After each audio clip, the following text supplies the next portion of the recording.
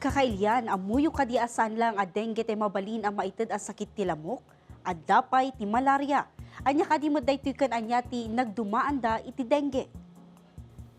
Ti malaria ket sakit a patauden ti parasites. Maiwaras daytoy iti tao babaen iti kagadag iti naimpektaran a lamok.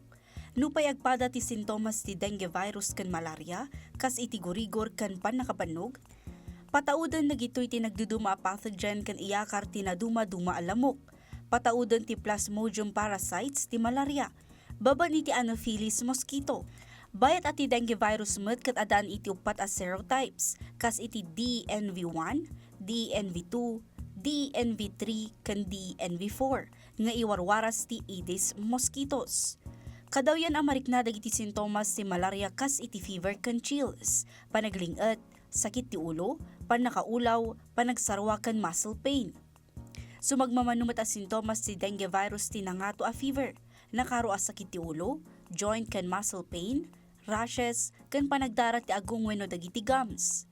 No addaan iti malaria ti maysa a tao, posible ang makapasar daytoy iti seizures, confusion ken coma, nakaro nga anemia, organ failure, ken respiratory distress.